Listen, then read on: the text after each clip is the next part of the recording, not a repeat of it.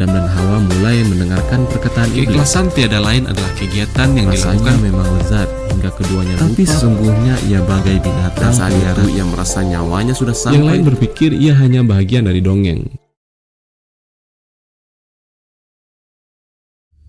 Sherlock Holmes, The Sign of the Four, 4 Pemburu Harta, karya Sir Arthur Conan Doyle. Bab 5, Tragedi Pondicherry Lodge. Hampir pukul semalam sewaktu kami tiba di tahap terakhir petualangan malam kami. Kami telah meninggalkan kota besar berkabut di belakang, dan malam cukup aneh. Angin hangat bertiup dari barat, dan awan tebal bergerak perlahan-lahan di langit, dan bulan yang hanya separuh mengintip dari celah-celahnya. Cuaca cukup cerah untuk bisa melihat kejauhan, tapi Thaddeus Sholto menurunkan salah satu lampu samping kereta untuk menerangi jalan kami dengan lebih baik. Pondicherry Lodge berdiri di lahan sendiri, dikelilingi dinding batu yang sangat tinggi, dengan kepingan kaca menutupi bagian atasnya. Sebuah pintu sempit merupakan satu-satunya jalan masuk. Pemandu kami mengetuknya dengan irama aneh, mirip petugas pos. "Siapa itu?" suruh seseorang bersuara serak dari dalam. "Ini aku, seharusnya kau sudah mengenali ketukanku." Terdengar gerutuan dan denting kunci beradu. Pintu terayun membuka, dan seorang pria pendek berdada bidang berdiri di sana, dengan lentera bercahaya kekuningan menerangi wajahnya yang menonjol, dan matanya berkilat-kilat memancarkan ketidakpercayaan. "Andakah itu Mr. Thaddeus? Tapi siapa yang lainnya? Saya tidak mendapat perintah apapun mengenai mereka dari tuan saya." "Tidak, McMurdo? Masa? Semalam aku sudah memberitahu saudaraku bahwa aku akan membawa beberapa orang teman." "Dia tidak keluar dari kamarnya hari ini, Mr. Thaddeus, dan saya tidak mendapat perintah apa-apa. Anda tahu saya harus menaati peraturan. Saya bisa mengizinkan Anda masuk, tapi teman-teman Anda tidak." Ini halangan yang tidak terduga. Thaddeus Sholto tampak kebingungan dan tidak berdaya. "Sayang sekali, McMurdo," katanya. "Kalau aku yang menjamin mereka, seharusnya itu sudah cukup. Salah satu temanku seorang wanita muda. Dia tak bisa menunggu di jalan umum pada jam begini." "Maafkan saya, Mr. Thaddeus," kata portir tersebut dengan keras kepala. "Mereka mungkin teman-teman Anda, tapi bukan teman Master. Master membayar saya dengan baik untuk melakukan pekerjaan saya, dan saya akan melakukan sebaik-baiknya. Saya tidak mengenal teman-teman Anda." "Oh, kau pasti kenal McMurdo," seru Sherlock Holmes dengan riang. "Kurasa kau tidak mungkin melupakan aku. Apa kau tidak ingat petinju amatir yang melawanmu 3 ronde di Allianz 4 tahun yang lalu?" "Astaga, Mr. Sherlock Holmes," seru petinju bayaran tersebut. "Demi Tuhan, bagaimana mungkin aku bisa tidak mengenalmu? Mestinya kau tidak berdiri diam di situ. Kalau kau melontarkan pukulan silang ke rahangku, aku pasti sudah mengenalimu sejak tadi. Ah, kau sudah menyia-nyiakan bakatmu. Sungguh, kau mungkin bisa mencapai ketenaran kalau bergabung dengan yang lain." "Kau lihat, Watson, kalau yang lain-lainnya tidak bisa dikulakukan, masih ada profesi ilmiah yang terbuka untukku," kata Holmes sambil tertawa. "Sekarang teman kita ini tentunya tidak akan membiarkan kita kedinginan di luar." "Masuklah, Sir, masuklah. Anda dan teman-teman Anda," jawab McMurdo. "Maaf, Mr. Thaddeus, tapi perintahnya sangat ketat. Saya harus memastikan dulu teman-teman Anda sebelum mengizinkan mereka masuk." Di dalam ada jalan setapak kerikil berliku-liku, di lahan kering korontang yang menuju sebuah rumah berbentuk persegi dan rumit. Semuanya tertutup bayang-bayang, kecuali salah satu sudutnya yang diterangi cahaya bulan. Besarnya bangunan tersebut, dengan kemuraman dan kesunyiannya yang mencekam, menimbulkan perasaan ngeri. Bahkan Thaddeus Sholto tampak tidak nyaman. Lenteranya bergetar dan bergoyang-goyang di tangannya. "Aku tidak mengerti," katanya. "Pasti ada kesalahan. Aku jelas sudah memberitahu Bartolomeo bahwa kita akan datang, tapi tidak ada cahaya di jendelanya. Aku tidak mengerti apa yang terjadi." "Apa dia selalu menjaga rumahnya seperti itu?" tanya Holmes. "Ya, dia mengikuti kebiasaan ayah. Dia putra kesayangan ayah, dan terkadang Kupikir ayah lebih banyak memberitahu dia daripada aku. Itu jendela Bartolomeo yang terkena cahaya bulan. Cukup terang, tapi kupikir tidak ada cahaya dari dalam. Tidak, kata Holmes. Tapi aku melihat sedikit cahaya di jendela kecil di samping pintu.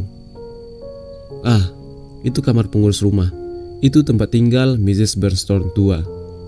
Dia bisa memberitahu kita apa yang terjadi. Tapi mungkin kalian tidak keberatan menunggu di sini 1 atau 2 menit. Kalau kita masuk bersama-sama dan dia tidak mengetahui tentang kedatangan kita, dia mungkin akan terkejut. Tapi, apa itu? Ia mengangkat lenteranya. Tangannya gemetar hingga lingkaran cahaya di sekeliling kami bergoyang-goyang. Miss Morrison meraih pergelanganku dan kami semua berdiri dengan jantung berdebar-debar, berusaha keras untuk mendengarkan. Dari bagian belakang rumah besar tersebut terdengar lolongan paling menyedihkan menembus kesunyian malam. Rintihan melengking dan terpatah-patah seorang wanita yang ketakutan. Itu Mrs. Bernstone, kata Sholto. Dia satu-satunya wanita yang di rumah ini. Tunggu di sini, aku akan segera kembali. Ia bergegas ke pintu dan mengetuknya dengan cara yang tidak biasa.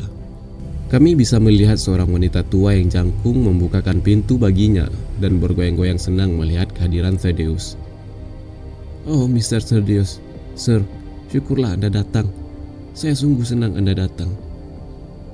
Kami mendengar pujian tersebut berulang-ulang hingga pintunya tertutup dan suara wanita tersebut teredam.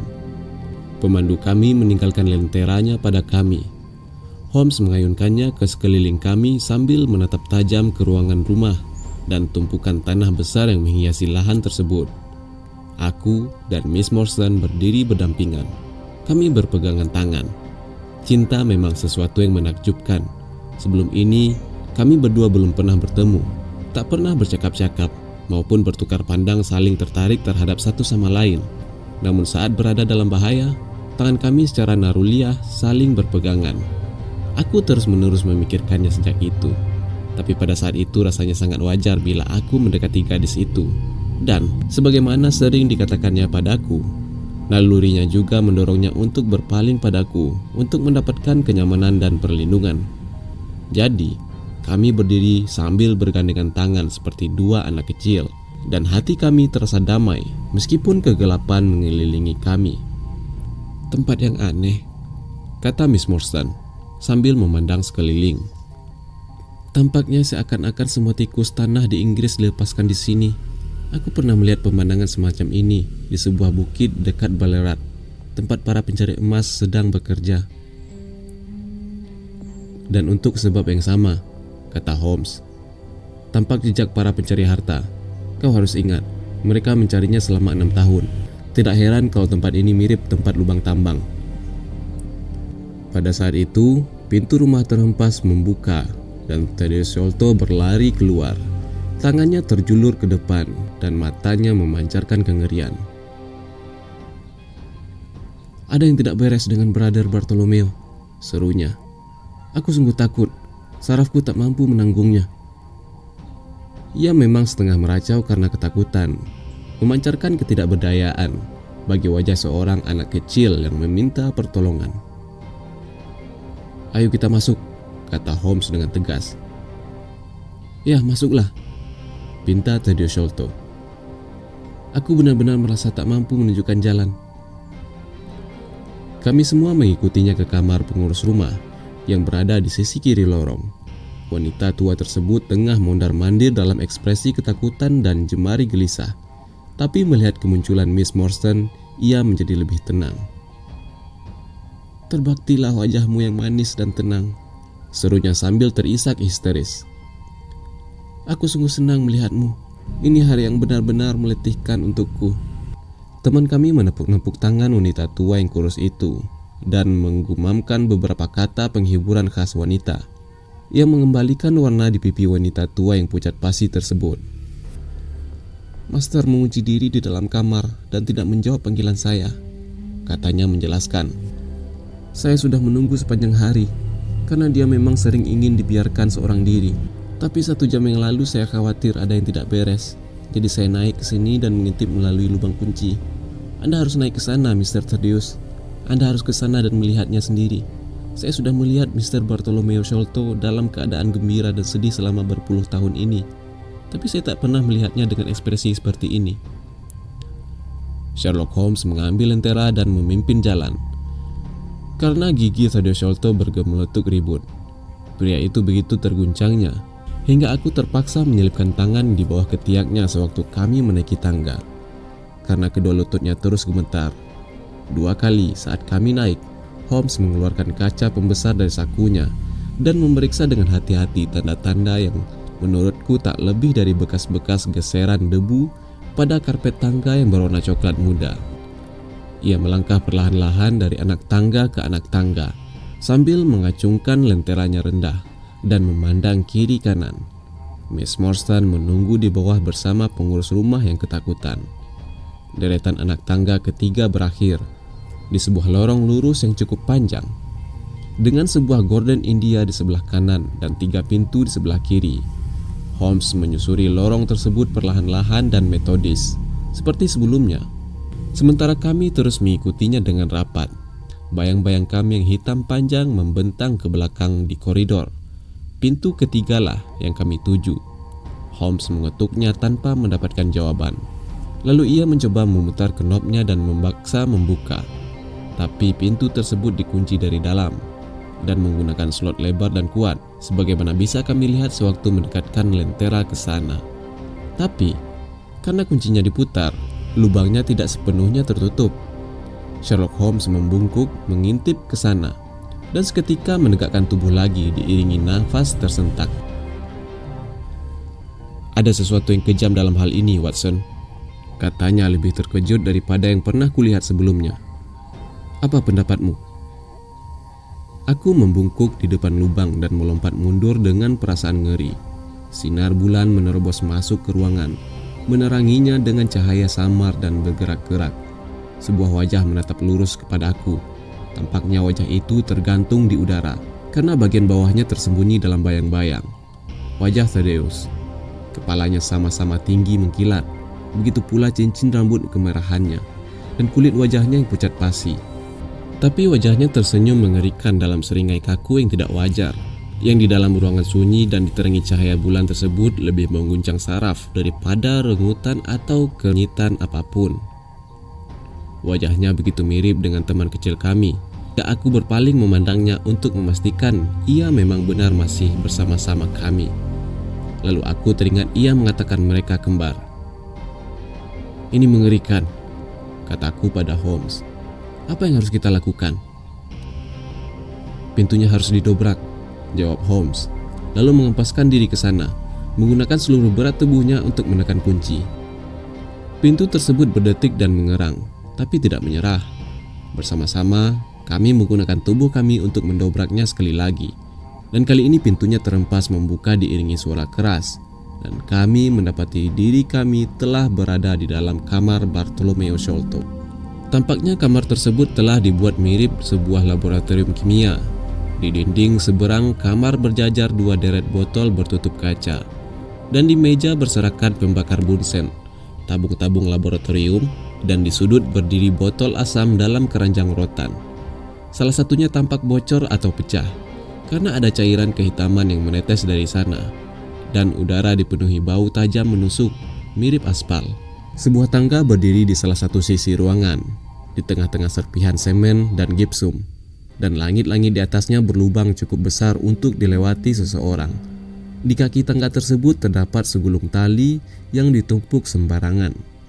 Di dekat meja terdapat sebuah kursi berlengan dari kayu, tempat si pemilik rumah duduk bagai dionggokkan, dengan kepala terkulai pada bahu kirinya dan wajah memancarkan senyum menakutkan.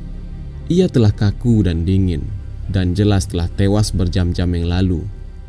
Di meja di dekat tangannya terdapat sebuah alat aneh, yaitu sebatang tongkat kecoklatan dengan sebongkah batu di ujungnya, bagai sebatang palu, diikat secara kasar dengan tali dari serat.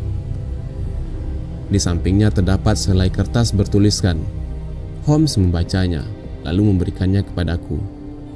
"Lihatlah," katanya sambil mengangkat alis memberi isyarat penting. Dengan bantuan cahaya lentera, kubaca tulisan tersebut dengan perasaan ngeri. Tanda 4. Demi nama Tuhan, apa itu artinya? Tanyaku. Itu berarti pembunuhan, kata Holmes sambil membungkuk di atas mayat. Ah, sudah kuduga. Lihat ini. Ia menunjuk sesuatu yang mirip sebatang duri panjang kehitaman yang mencuat dari kulit, tepat di atas telinga. Tampaknya seperti duri, kataku. Itu memang duri, kau boleh mencabutnya, tapi hati-hati, duri itu beracun. Aku mencabutnya dengan menggunakan ibu jari dan telunjukku. Duri tersebut terlepas dengan mudah, sehingga hampir tidak meninggalkan jejak. Hanya satu titik darah kecil yang menunjukkan tempat duri itu menancap. Semua ini sebuah misteri yang tidak bisa ku mengerti, kataku. Semakin lama semakin rumit, bukan semakin jelas. Sebaliknya, jawab Holmes. Justru setiap saat semakin jelas. Aku hanya memerlukan beberapa mata rantai yang hilang untuk mengaitkan seluruh kasus ini. Kami nyaris melupakan kehadiran kenalan kami sejak masuk ke kamar. Ia masih berdiri di ambang pintu, wajahnya ketakutan, tangannya meremas-remas dan mengerang sendiri. Tapi tiba-tiba ia berseru keras. Hartanya hilang, katanya. Mereka sudah merampok hartanya. Itu lubang tempat kami menurunkan harta itu. Aku membantu menurunkannya. Aku orang terakhir yang melihatnya dalam keadaan hidup.